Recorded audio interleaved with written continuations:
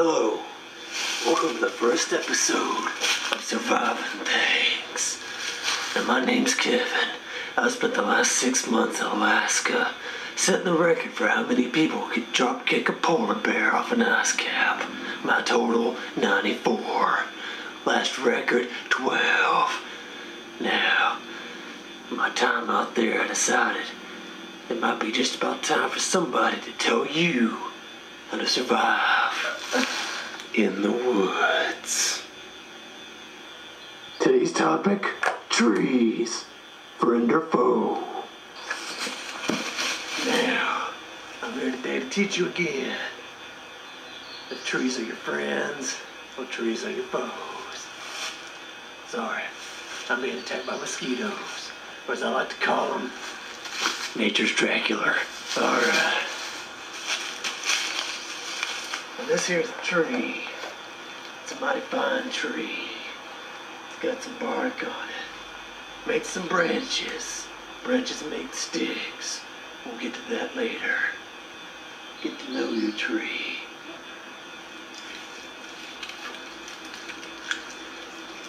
This tree's got repressed memories and a bad childhood.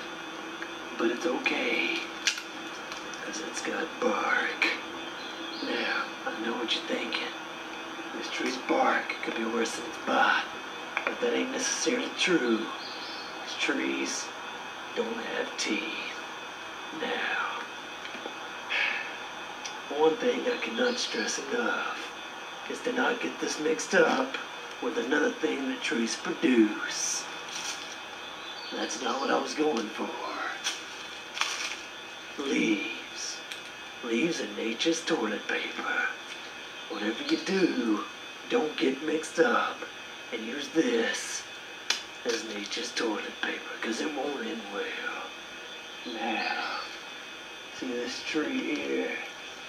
It's a good tree. Really good tree is what it is. But did you know that you can communicate with nature through trees? Trees have a very specific call. They come to your aid if you need it. Most people don't believe it, but it's true. Now, all you gotta do, let's say you're out in the woods. You're thirsty. Water, nowhere. Drink, nowhere. What are you gonna do? Ain't no rain clouds in the sky. You don't know no rain dance. Alright. All you gotta do is approach a tree, much like this one, and you just say this.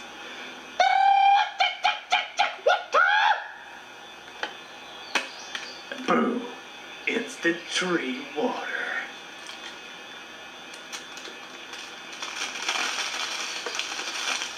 Delicious. Refreshing. Now,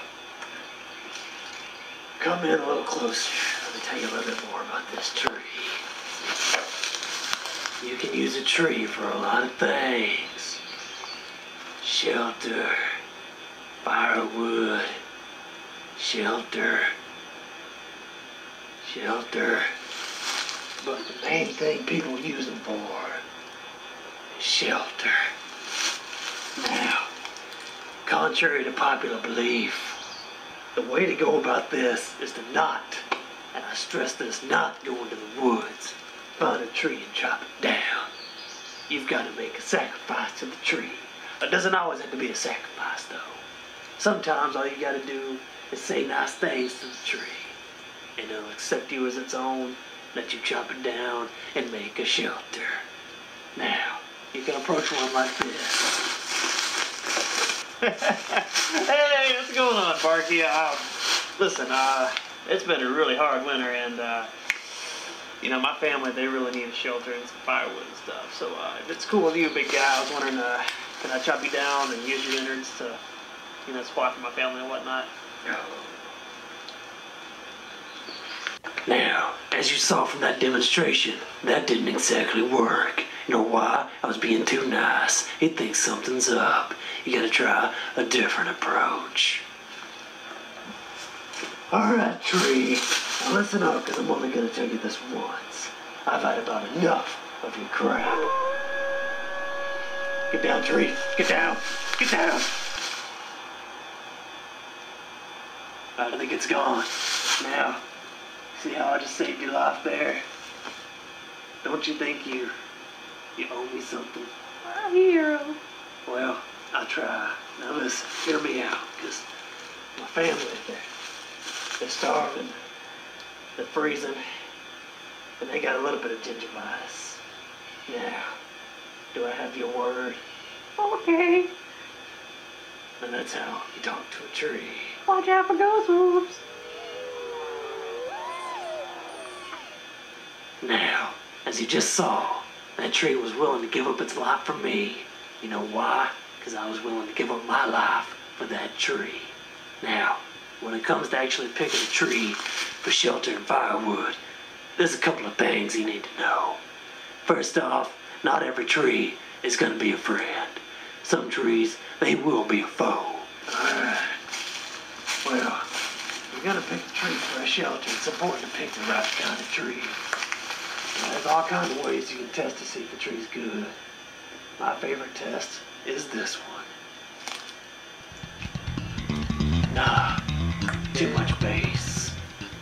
Alright, now, I found the perfect spot to set up my shelter. I found the perfect tree. Now all that's left is to build the shelter.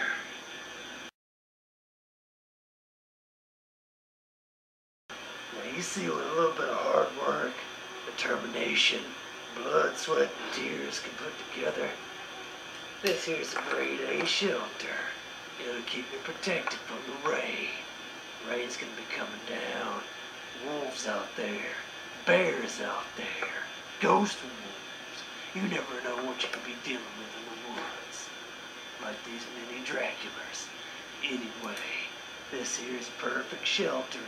Keep you safe. Easy to build.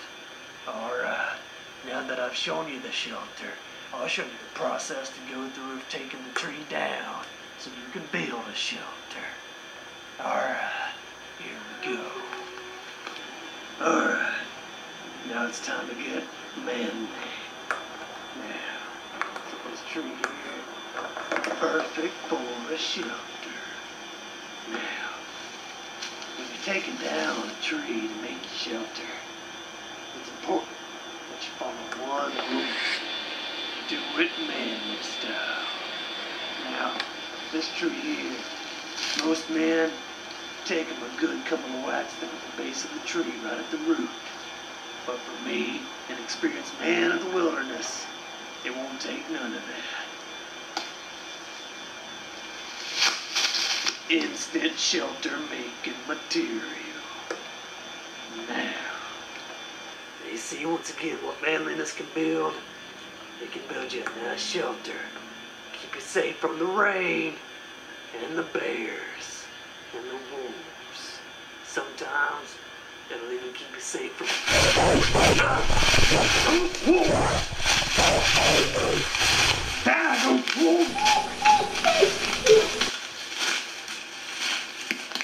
Well, as you can see, they done destroyed my shelter. I guess it's up to me to go back out in the woods, chop down another tree to use as a shelter. Now, as you saw earlier, you can use a machete to take down a tree. Sometimes you might have to use a chainsaw. If you're anything like the beavers, friends of the wood, you have to use your teeth. Let me demonstrate how they used to take down trees back before any of that was even possible.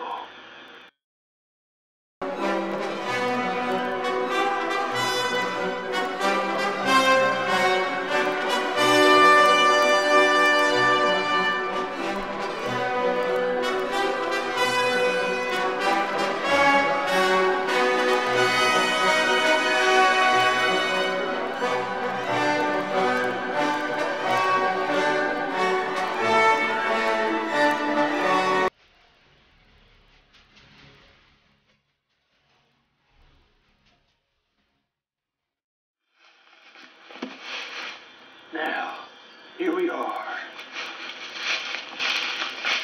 A tree. Trees. Some trees can be friend. Some trees can be foe.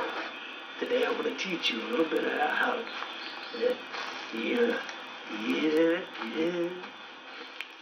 Read here.